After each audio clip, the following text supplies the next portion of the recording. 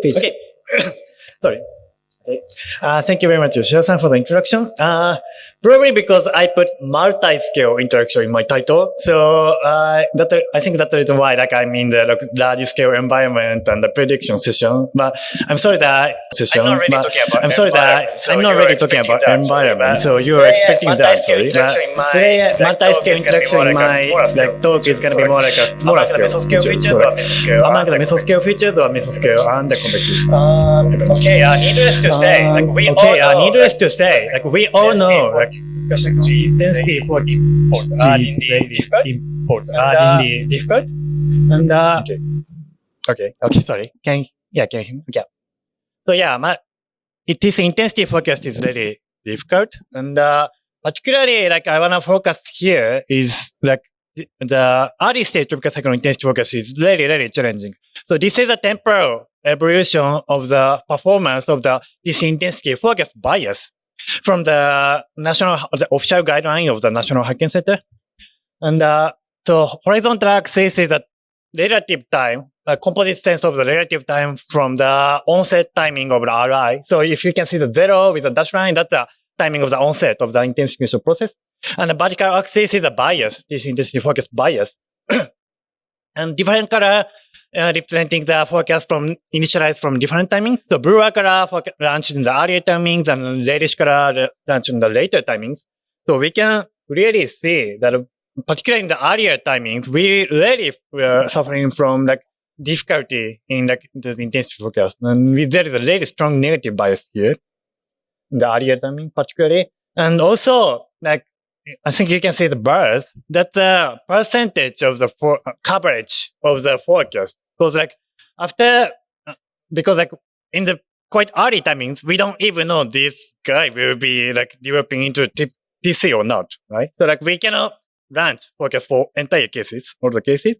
And so that's a percentage. And actually showing that really before the onset of RI, even just 2/3 of the cases were actually covered by the intensity forecast. So in both sense, we are really suffering from those earlier intensity forecast or earlier forecasting as well. But it doesn't really mean we are in the hopeless situation, or it doesn't mean we are already the area is already saturated. There is a really promising great work with Dr. Kelly Emanuel and my PhD lab by the Fuchin Chen. Conducted in 2016, showing there is a huge, still large potential or large potential room of improving the tropical cyclone intensity forecast, and particularly in the earlier timings. And together with that, in another study, in the more in the realistic cases, Fuchin also shows that this is the right figure is not really showing the earlier forecast, not really focusing on earlier forecast, but they show that by assimilating airborne Doppler wind radar to better initialize the tropical cyclone inner core structure, it can really improve tropical cyclone intensity forecast. So there is still a lot of potential for improving tropical cyclone intensity forecast. And one key message from their study is inner core initialization is really important, or really one of the key to improve tropical cyclone intensity forecast. So, I have been working on how we can better initialize this inner core structure. And, no doubt that the airborne observation is really powerful, but also there is a limitation of the airborne wind observation because there is a limitation in the coverage. I mean, spatial coverage and temporal coverage is really limited. So if there is another observation network that can always monitor tropical cyclone, then gonna be better. And the satellite can do that. Particularly the geostationary satellite like GOES 16, 17 or Himari 89 can always monitor a tropical cyclone, very little structure of tropical cyclone, from its birth to death, right? So we can utilize those information. It's gonna be can be a really powerful source of tropical cyclone intensity forecasting. So we have been working on how we can better utilize those geostationary satellite information to improve tropical cyclone forecasting. Particularly, we have been working with the system around the advanced Penn State University PSU ensemble common filter data estimation system using WRF and CLTM. And we have been developing a couple of methodologies to enable those all-sky satellite data simulation, like as shown here, AOE and ABI, and we have been showing a great potential. Actually, I'm going to be showing later. And so today, I firstly was to introduce you about this performance of the in-cave system by estimating all-sky brightness temperature. And in this talk, most of the case, we have been using two types of observations. One is, of course, all-sky brightness temperature from the satellite data, like geostationary satellite. And the other one is conventional set observation that is operationally used in the numerical weather prediction system. So we're going to be combining two of them, then let's check the result. So how does data simulation system, PSU, like all-sky brightness temperature, all-sky satellite data simulation can work on the 2017 Atlantic hurricane seasons? Well, let's see the result. So let me start with an example of Hurricane Harvey case in 2017. So left figure is a temporary evolving ghost 16 brightness temperature observation of the Hurricane Harvey. And the right figure is an in-cave analysis of estimating brightness temperature from satellite data. So can you even distinguish between them? It's like really looks similar, right? So it can really have a great potential of capturing those inner core structure of tropical cyclone, which is observed by ghost 16 brightness temperature, and it will be very well reproduced by all-sky brightness temperatures. It also contributed to better forecasting intensity. So these are the hurricane seasonal analysis or hurricane seasonal statistical analysis of the performance of the tropical cyclone intensity forecast. Left figure root mean scalar and right figure bias. Horizontal axis is vertical horizontal axis is temporal evolution and vertical axis is the performance. Error, root mean scalar or bias. And the blue line is the official guidance and the red line is our result from the APSU, initially from the APSU analysis. So even in the root mean scalar, we can see that roughly like 20% reduction root mean scalar in the peak time. And furthermore, in the bias, we see that, as I firstly explained, there is strong negative bias, right, in the blue official guidance.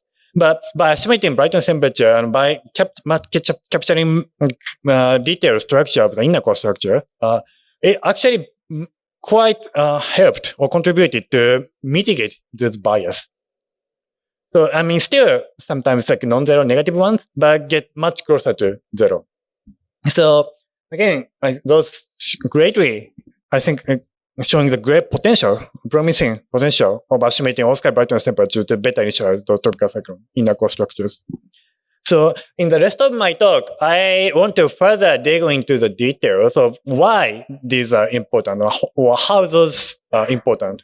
The inner core structure initializations are important.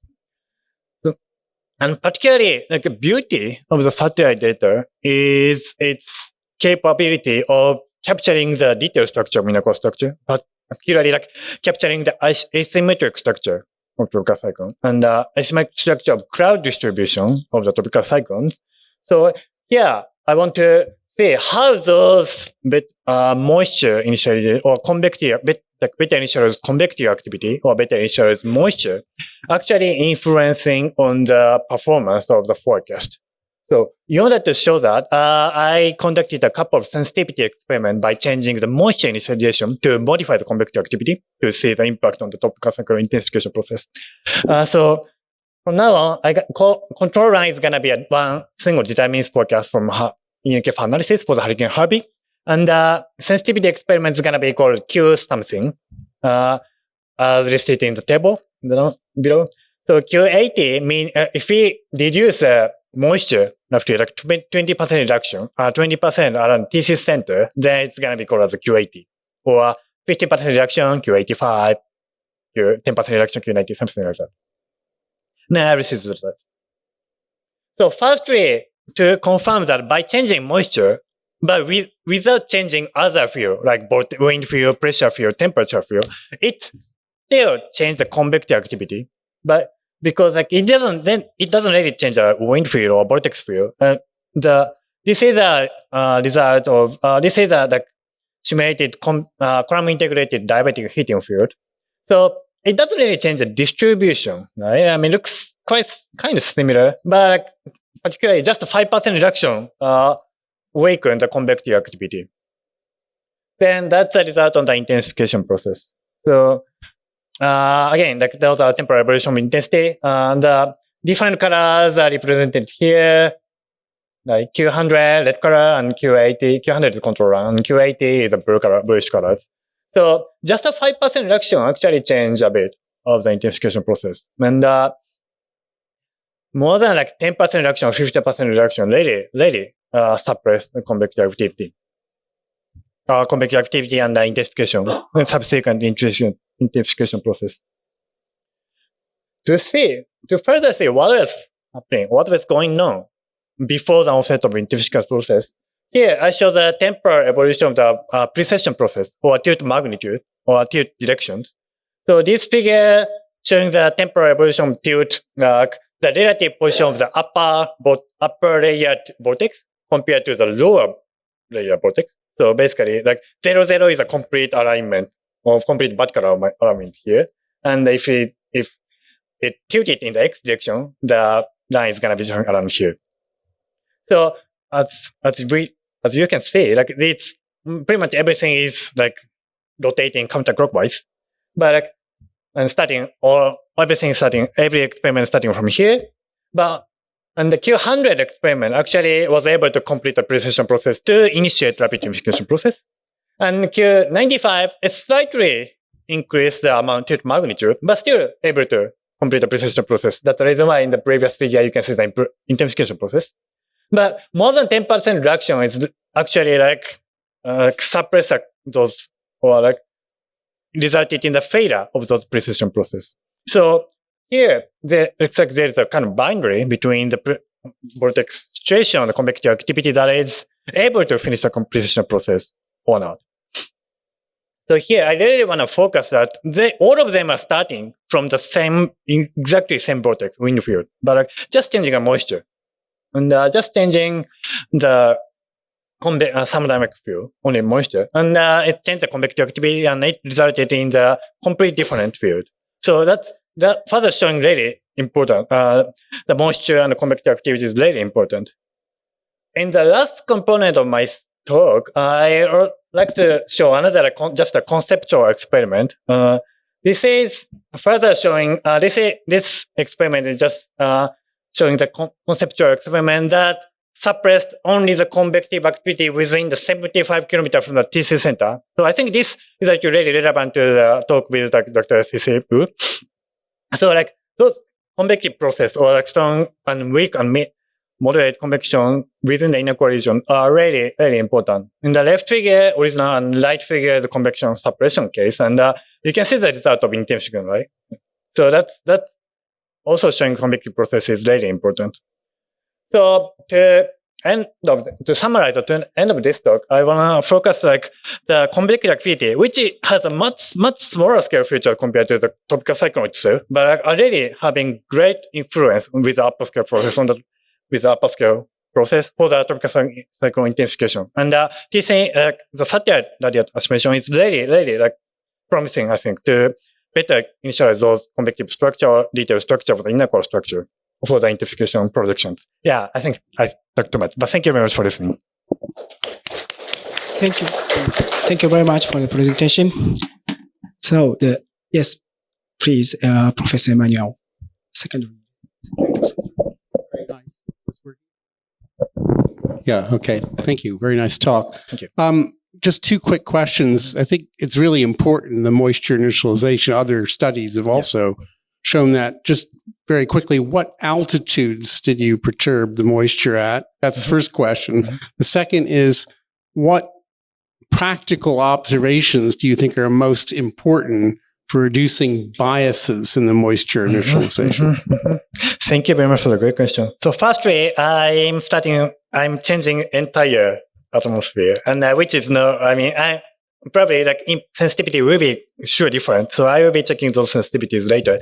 In the boundary layer is important or mid-pass layer is important. Yeah, I will check that. And observations, we can have, like, for example, like Dobson's, like in situ observation is going to be really helpful, because like satellite data is really powerful, but still also there is a huge uncertainty particularly below the cloud, because the infrared satellite cannot penetrate to the cloud. So we can combine two of them, like those in situ type of observation with the satellite. It's going to be I think it's going to give us a great potential for the intensification process.